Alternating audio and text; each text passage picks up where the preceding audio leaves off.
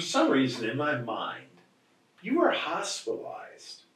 Wasn't there something I pretty was, yeah, serious? yeah, that it was, happened? yeah. But that's not, that's no relation to the other issues you've had. No, it's not. No, I had Lyme disease when I was there. But that was profound, if I Profound, remember yes. correctly. How was that profound for you? Well, I was diagnosed with Lyme disease, and I had double vision, and I had weakness. It was just craziness. And that went on for how long? Well, that went on for a long period of time.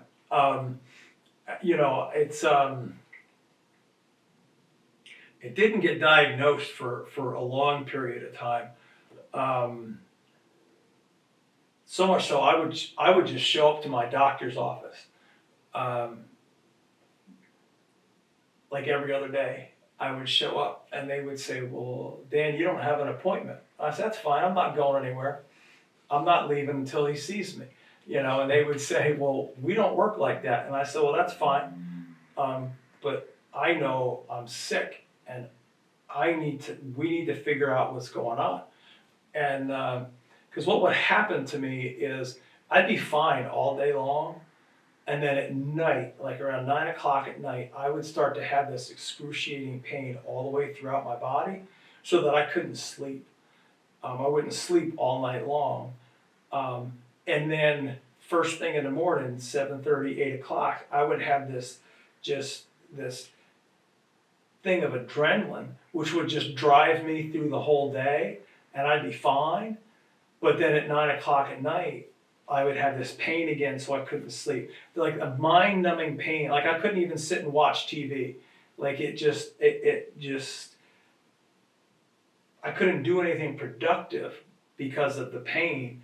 But I just wasn't sleeping at all. And I ended up with double vision. And so I would see two of you sitting there. And I ended up in the ER, and that's where they ended up diagnosing me with with Lyme disease. Yeah, Lyme disease, and ended up on IV antibiotics for an extended period of time, and it went away. I'm a firm believer in residual Lyme disease. That it comes back, and I would have side effects from it, but it for all intents and purposes, I recovered. Was that the first time in your life you had a major illness? Because to me, that sounds major. Yeah, it was. Yeah, for the first time, it was for a major illness for me. Yeah. And then how did the second illness come about? So the second illness came in May of 2016. I was diagnosed with stage 4 colon cancer. Where were you pastoring? I was Where? I was pastoring here in Kennett Square. So I was Pennsylvania? pastoring here in Kennett Square, and we did a funeral service on a Thursday night for a good friend of mine, and I was perfectly fine, felt great. The next day was a Friday. Stayed home all day Friday. I couldn't take a full breath of air all day. The Friday happened to be prom, so I didn't want to be that guy who ruined my daughter's prom, so I just stayed home.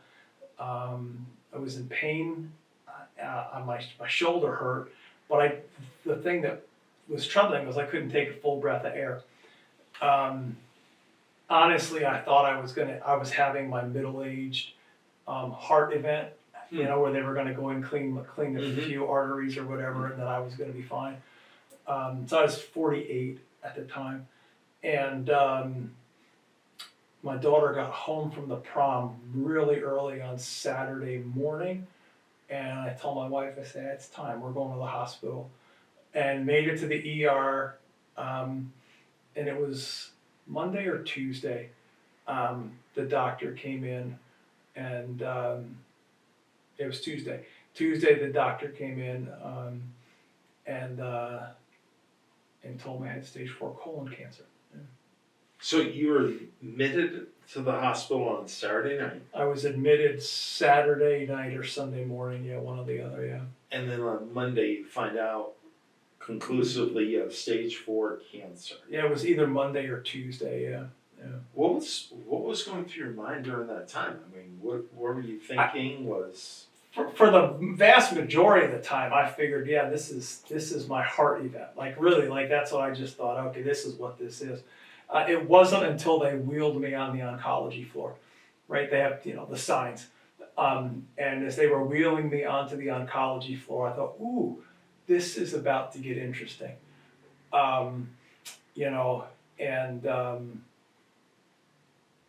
but even then, it's when people think of cancer. These days, we tend to think of, oh yeah, somebody has cancer, they're going to go through a little treatment, and then they're going to get cured, right? They're going to go into remission, and and everything's fine, and that's not my reality. So my reality is that my oncologist said we're never going to use the word remission or cured, and that. Your oncologist, say that one more time. My oncologist has said we will never use words like remission or cured to talk about my cancer. Wow. Yeah. How is that to hear? That I mean, that's profound. it is profound, right? It was, and so when I'm a numbers guy, right? And so when I first met him and he was talking through all this stuff, like I want to know everything so I can make plans so that I can, if I have a plan, then I can feel good about what's going on. I'm actually doing something. So I kept on asking him that first day, what does this look like? What's happening here? What's the outlook? And he wouldn't answer the question.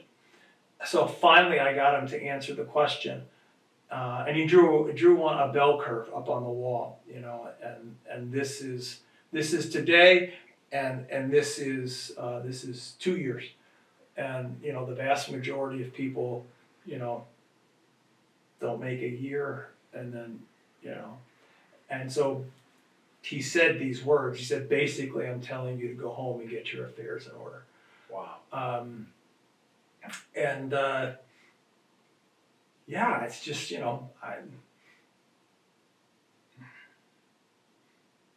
what do you do with that, right? I mean, that was just not what I expected to hear, not what I wanted to hear. What did you do with that?